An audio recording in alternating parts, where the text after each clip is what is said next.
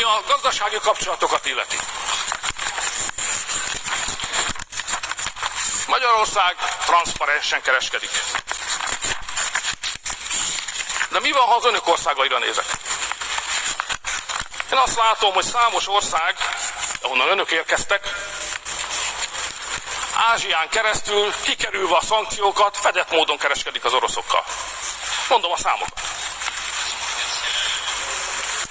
Az Európai Unió havonta $1 milliárd többet exportál bizonyos közép-ázsiai országokba, mint az orosz-ukrán háború előtt. Vajon miért?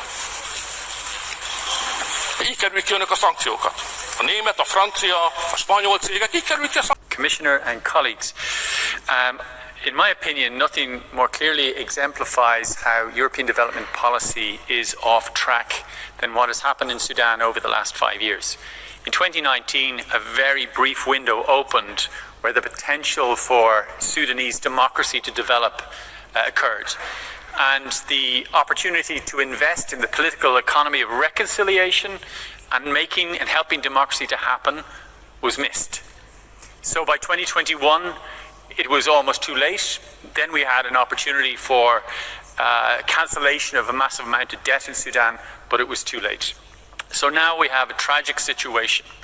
And Global Gateway is the big idea in European development, but of course Global Gateway has nothing to do with Sudan.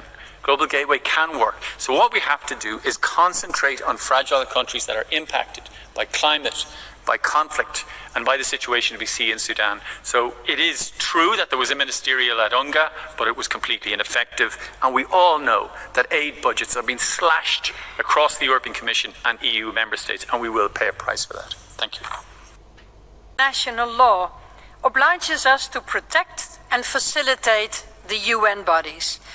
And that is why I stand here with a feeling of embarrassment. Embarrassment that through this debate, our democratic house is being instrumentalized for Netanyahu's extremist campaign against UNRWA. The Commission did a full review of all financial assistance to Palestine at the end of 2023. We have had the Colonna report. UNRWA is the most vetted agency in UN history. What more proof of innocence are we looking for? Netanyahu knows better than anyone else that UNRWA is providing vital aid to the Palestinians. And it's exactly for this reason that he aims to obstruct, criminalize and dissolve the agency. All to reach the greater goal of making Gaza inhabitable and colonize it.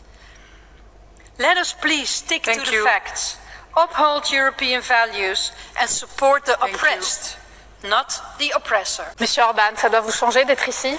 Vous n'avez pas l'habitude d'être face à un Parlement qui vous demande des comptes. Et c'est bien ce qu'on a prévu de faire ce matin, vous demander des comptes. Et moi, je vais vous demander des comptes sur nos valeurs, sur notre argent et sur notre géopolitique. Je commence avec une question, Monsieur Orban. Qui êtes-vous aujourd'hui? Il est où le combattant de la liberté, celui qui commémorait Imre Nagy? Vous clamez « Vive la liberté » et vous faites adopter des lois qui réduisent le droit de manifester. Vous tourmentez des femmes qui veulent avorter en les forçant à écouter le cœur des fœtus. Vous clamez « Vive la famille » et vous pourchassez toutes les familles qui ne correspondent pas à votre vision étriquée du monde. Vous clamez « Vive la famille » encore. Alors vous pouvez mettre au pas des juges en leur imposant une retraite forcée. Mais ça n'est pas cela qui fera renoncer vos compatriotes à une justice indépendante. Vous pouvez espionner des journalistes avec Pegasus. Vous pouvez placer vos fidèles à la tête des grands médias. Mais ce n'est pas cela qui fera renoncer les Hongrois à la liberté d'expression. Vous pouvez harceler vos opposants. Vous pouvez pourchasser Anna Donat. Mais quelles que soient vos fausses accusations, elle continuera de se battre avec toute l'opposition. Alors oui, Monsieur le Premier ministre, nous sommes des libéraux et nous sommes fiers de l'être. Parce que la liberté, c'est le fondement de notre Europe. Et pour vous, c'est la corruption. Parce que, Monsieur Orban, quelle est la base de votre régime? Je vais vous le dire. C'est une constellation d'arnaques. Des arnaques qui coûtent une fortune aux contribuables hongrois et européens. Pour qui? pour votre gendre qui s'est enrichi grâce à des marchés publics bidons pour éclairer Budapest. Ou encore pour votre ami d'enfance, un plombier devenu d'un coup mania des affaires. Alors je suis désolée, mais moi, la Hongrie, c'est quand même le seul endroit que je connaisse où un plombier chauffagiste devient milliardaire du jour au lendemain. Et comme ça, si ça n'était pas suffisant, vous lui avez en plus filé 2 millions d'euros de fonds européens pour faire circuler un petit train touristique dans votre village d'enfance. Un train que, évidemment, personne n'emprunte. On avait Disneyland Orlando, on a Disneyland Paris, et bien, chers collègues, je suis heureuse de vous annoncer qu'on a désormais Disneyland Fidesz. Alors, je me tourne également vers vos alliés européens.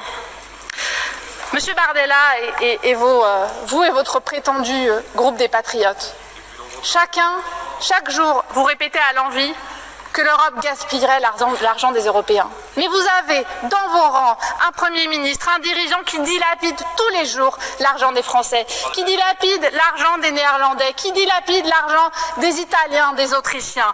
Comment osez-vous dire que vous êtes des patriotes et crédibles? Vous n'êtes ni l'un ni l'autre. Monsieur Orban, la Hongrie vient de battre un record de départ du pays. C'est une fuite de cerveau sans précédent. Et ils partent vers où, les Hongrois? Je vous le donne en mille. Ils partent vers l'Europe de l'Ouest, cette Europe que vous décriez tant. Et pourquoi ils partent? Eh bien, ils partent parce que le pouvoir arbitraire, parce que l'inflation, parce que la corruption. Vous menacez d'envoyer des bus de migrants vers Bruxelles. Mais la réalité, monsieur Orban, c'est que ces bus, ils partent déjà, mais que ce sont des Hongrois qui sont dedans. Alors c'est tout ce que vous avez à proposer comme vision géopolitique, monsieur Orban? Rappelons-nous, à partir du moment où vous avez pris la présidence du Conseil, vous êtes allé courber les Chines devant Poutine et devant Xi Jinping. Vous bloquez les milliards d'aides à l'Ukraine. Vous facilitez les visas aux citoyens russes.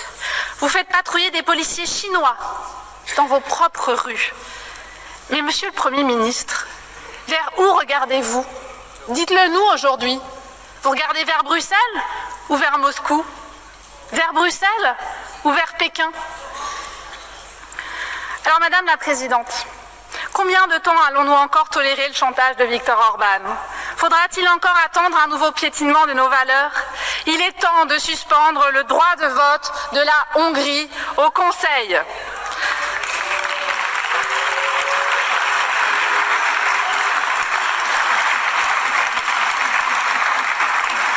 Monsieur le Premier ministre, la seule chose que vous ne rejetez pas de l'Europe, ce sont ses chèques. Et la vérité, c'est que vous n'osez pas appeler à quitter l'Union. Parce que vous dépendez de l'Europe. Mais aussi et surtout parce que vous savez que les Hongrois ne vous suivraient pas. Et c'est à eux, aux Hongrois, que je veux m'adresser pour conclure. À ceux qui nous écoutent depuis la Hongrie, votre voix en Europe est flouée, mais nous vous entendons. Et pour chaque tentative de restreindre vos libertés, vous pourrez compter sur nous pour vous soutenir. Parce que nos valeurs communes, elles ne sont pas négociables. Elles sont à prendre ou à laisser.